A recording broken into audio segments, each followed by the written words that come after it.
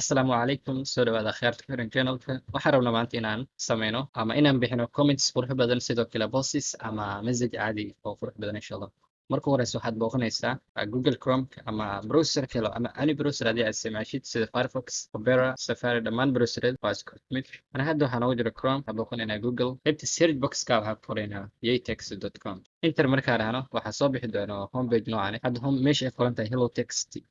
hello text string waxaa dhihinaa click. waxaa tirmi doona oo qoraalka ku qornaa waxaad samaysanaysaa qoraal adiga kuu gaar ama qoraal cusub oo adiga qoraysid qoraal meel kale copy aad soo dhexda ama qoraal hadda aad qoraysid hadda waxaan rabnaa inaan qorno qoraal iska caadi ah maasha allah aan dhahno maasha allah waxaad u jeediin styles badan oo maasha allah inay soo baxeen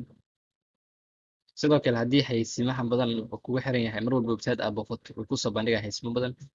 waxaad isticmaali kartaa adblock aniga hadda waxaan isticmaalnaa UB ah reload haddaa dhaho dhammaan waxaa farsami doona xayeysiimihii hadda waxaa qoranaa mar kale qoraalkeeda maasha allah maasha allah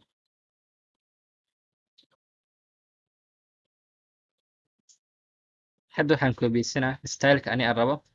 waxaan rabaa inaan qaato stylekan oo maasha allah oo double strike haddii copy aan dhaho waxaan geyn karaa WhatsApp sidoo kale Facebook message ahaan u diri kartaa sidoo kale comment ahaan sidoo kale post ahaan waad isticmaali kartaa aniga hadda waxaan rabnaa comment ahaan u isticmaalno youtube.com enter markaa dhahno waxaan booqanaynaa channelka aniga aan rabno comment noocan inaan ka bixino channelka magaciis abdalmetage enter aan dhahno kadib waxaan booqanaynaa channelka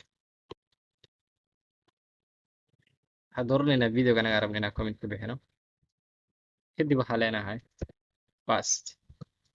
waa u jeediin styleka aniga arkana weli yaalo waa kadib haddii aan dhahno comment waa u jeediin hadda comments inoo soo dhigmay keliya laptop maaha mobilkaaga ku isticmaali kartaa waa tijaabi kartiin saa ogaana qof walba inuu u shaqeeyo in kale fadlan commenti kasoo bixi style noocan insha allah waad ku mahadsantihiin daawashada muuqaalkan soo dhawaada la wadaaga asxaabtiina si ay asxaabtooda la wadaagaan